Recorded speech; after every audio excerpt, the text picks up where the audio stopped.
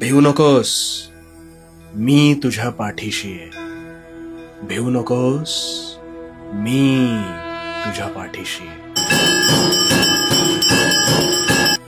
आपल्या सर्वांना दिलेल्या वचनानुसार स्वामींचे हे पवित्र चरण अगदी प्राणप्रतिष्ठापनेसह स्वामी चरणास स्पर्श केलेले आहे.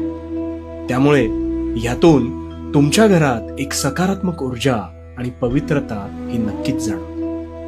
स्वामींच्या अस्तित्वातल्या या पवित्र ऊर्जेने आपल्या जीवनात सुख, शांती, समाधान मिळो हीच स्वामी चरणी कायम प्रार्थना असेल.